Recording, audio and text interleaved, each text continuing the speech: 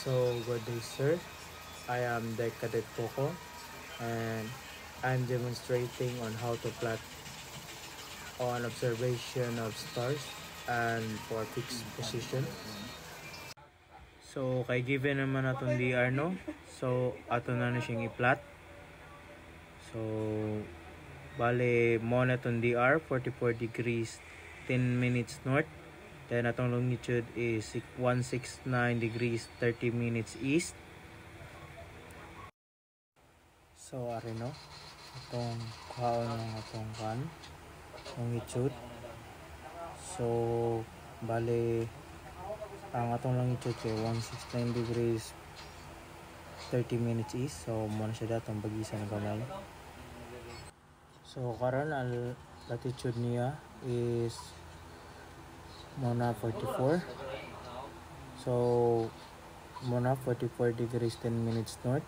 So, muna itong kuhaon karon. So, muna siyang para na. Then, nagmatukod na siya na. Yung muna siyang bagisan diya. Muna siya ang DR. So, after mo ang DR, no? So, ari na po ta sa azimuth. So, bale, ang atong ZN is 85.2 degrees true. So, kani siya, kaya ato ni siyang kaon. No? So, mo ni siya 85.2. So, mo ni balik ka na siya. So, dere ni siya, ato ni siya i-drag. So, ato ni siya i-drag, no, papunta sa atong DR. So, bale, itong gamitan na siya. Isa ha. So, Then, so, dapat, no, ito na siya kay, maabot na siya sa imong DR. So, imo siya i-drag. So, So, bale kay away man siya. So, mo na siyang palayo. Mo na siya diya padung sa left side. Kay away man siya. So, kay 5.2 minutes man. So, magsukod ta, no? So, agmita tong compass divider. So, mo na diya. Ako to ng kuwag sukod. So, mo na siya. Then, ikaw man, imo na siya ibutan diya. So, mo na siyang 5.2, no? So, mo na siya. So, mo na may indication, no? So, after that, so, makita man yung indication. So, 5.2 away.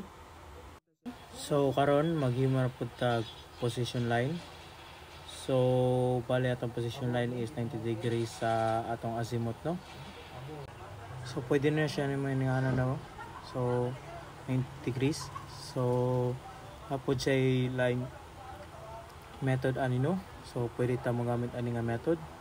So, kano siya? So, 85.2 degrees plus 90 degrees equals 175.2 degrees. So, muna siya, 175.2 degrees. So, kaya sa ubos, kay 85.2 minus 92 degrees. So, muna siya 4.8 degrees. So, kay negative man siya, no? So, umtay negative sa itong 1. So, muna siya 4.8 plus 360 degrees is equals to 355.2 degrees. So, muna siya. Muna siya itong 1 PL. So, ato pa rin ko yung active na ito noon. Latitude 44 degrees 10 minutes north, then longitude 169 degrees 21 minutes s. So, after nyo makuha na ito na, muari na po ta si kaduang star na to, which is si Rosa. So, ang atong ikaduang star is 183.3 degrees true. So, muna siya. Ato na siyang paon, no? Muna siya 183. So, ikaw man, no? Imura na siya i-drag, no? Gamitin naman triangle ruler. So, then ikaman nimo imo ra siya itungod sa indication nimo. So imo ra na siya i-drag no ana ispog ra na siya nimo after na ano mo sa may indication so muna then ang baglis na niyo kay towards man so baglis na siya palalom. Then ang interception no kay 6.4 man towards so mo na siya. So karon magamit na po tag compass divider so ato na po siyang sukton 6.4 ana kaman kana kaon mo na siya then mo na siya balhin sa may indication. So mo na siya azimuth no sa atong second star. So bali after na ito makuha na so aron po ta magkuha na po tag position line which is 90 degrees sa atong azimuth no. So ato na siya i-calculate no.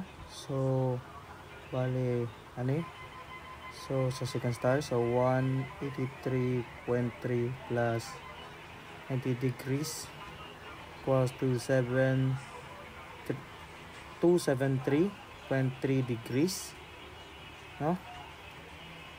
So mo na siya PL sa babaw no.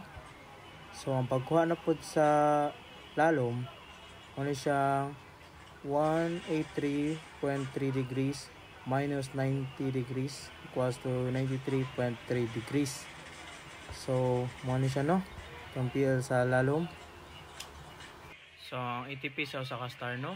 So bali ato na siyang kuha position, latitude ug longitude sa para makuha na to ang second ATP. So mo na siyang latitude 42 degrees 2 minutes north, then itong longitude is 169 degrees 30 minutes east.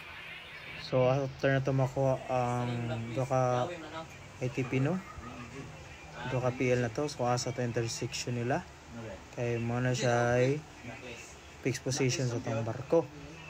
So bali na siya then ang sa babaw pod so mao ni siya ang fixed position. So bali latitude 44 degrees 03 minutes north, then atong longitude 169 degrees 22 minutes east.